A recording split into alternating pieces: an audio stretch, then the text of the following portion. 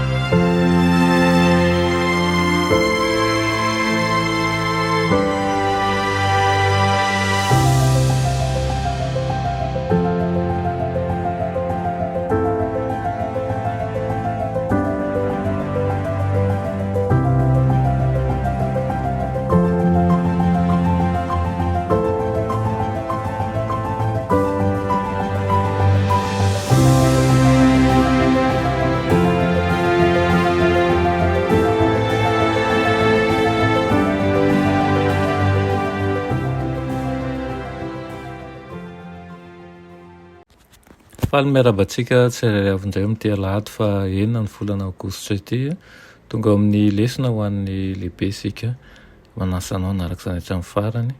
Mialohan'izany dia hivavakintsika. Andriamanitra tsara ny Andriamanitra mbola misotro anao izay fa mbola meno an'izao fotoana izao indray ahafahanay mandray ny teninao. Tompo mangataka aminao izay mba hiasa ao anatinay mandrakariva, ka ho vao ny fo vato, ho fo nofo, vao ny ho eritreritra sy ny fanamony tena ho mahay zavatra mba hanampandeferana ahafahanay mandray zava-baovao aminao ary miasa ao aminay mandrakariva amboary izay rehetra tsy tomombana ary esory izay rehetra tsy namboleny tananao anatinay, aminaran'i Jesosy, amen. Lohateny lesona antsika androany dia manao hoe ray ny fanahy. Asaiko ianao maky ny Efesiana 4:1 andiny voalohany ka hatramin'ny 9:12. Raha nampahery ny mpino i Paoly mba hitandro ny firaisan'ny fiangonana. Ho jerentsika hoe ahoana moa izany no ampaherezan'i Paoly amin'ny mpino mba hitandrina izany firaisan'ny fiangonana izany. Ao anatin'io Efesiana 4:1 dia atomboko Paoly amin'ny antso mafy ho amin'ny firaisana ny tapany faharoa amin'ny epistiliny ho an'ny Efesiana izay misy fizarana loha lehibe. Ny voalohany dia mangataka mpino i Paoly mba hiazona ny firaisana avy amin'ny fanahy amin'ny fandehanana amin'ny mpahendrena izay mampandroso ny firaisana. Ampiasainy impito ny teny hoe iray ho fanamafisana izany antso izany. Faharoa ao amin'ny tapany faharoa dia aseho amin'ny Paoly Kristy mpanjesy nakarina ho any an-danitra ho ilay loharan'ny fahasoavana raisin'ireo mpitarika ny asa fitoriana amin'ny filazantsara. Ary soritsoritany ao ny fiarahan'izy ireo miasa amin'ny membra rehetra ao amin'ny fiangonana ho fampandrosoana ny fahasalamana sy ny firaisana ao amin'ny tenan'i Kristy. Vao manomboka ilay toko dia manasa ny kristianina moa i Paoly mba handeha miendrika ny fiantsoana izay niantsoana azy ozy izy. Ny tinambara amin'ny hoe handeha eto dia hitondra tena, izany hoe hiaina an'ilay fiantsoana. Ny fiantsoana lazain'i Paoly eto indray dia ilay fiantsoana ho amin'ny finoana kristianina. Mandrisika ny mpino i Paoly mba hanana toetra mampiray izay maneho taratra ny dafitr'Andriamanitra faratampony. Atombony amin'ny antso amin'ny fananana toetra tsara, mitondra ho amin'ny firaisana sy fampirisihana ataony toy ny fanetretena, ny fahalemem-panahy, ny faharipo. Andeha hodinitsika raha ny tsirairay amin'ireo teny ireo.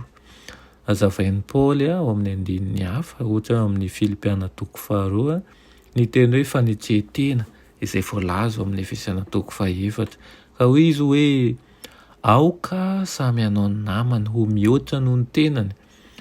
Koa ny fanetretena izany dia azo aisina ho toetra tsara dia fitiavana ny hafa sy fanompoana azy ireny fa tsy hoe fanambaniana ny tena izany tsy akory.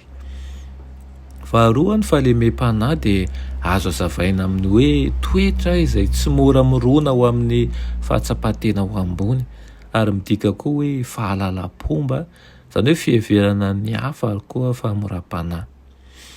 Farany ny faharipoa dia fandeferana eo anatrihan'ny fiantsiana na faharetana ao amin'ny fitsapana. Arak'izany ireo toetra rehetr'ireo dia miopana amin'ny fialana amin'ny fanandratantena ary mifantoka kosa amin'ny fanomezan-danja ny hafa. Ny rina dia ho mpanompo mahatoky tokoa na isika ka hanana faharipoa, hanana fahalemem-panahy ary hanana fanetretena. Amen. Iranay masina ndre tsara indrindra an-danitro mbola misaotra anao ny amin'izany teninao izany amin'ity anio ity.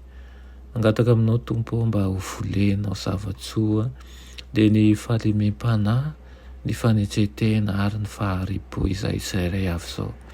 Tsy ary tomombana tokoa nefa izahay fantatrao fa tsy miafina aminao na ny toetra ratsinay. Dia mangataka aminao kosa izay ianao ilay tompon'ny fahendrena sy lehibe indrindra mba hanome an'ireo zavatsoa ireo manay tsirairay avy. Nonina sy angatany amin'ny anaran'i Jesosy. Amen.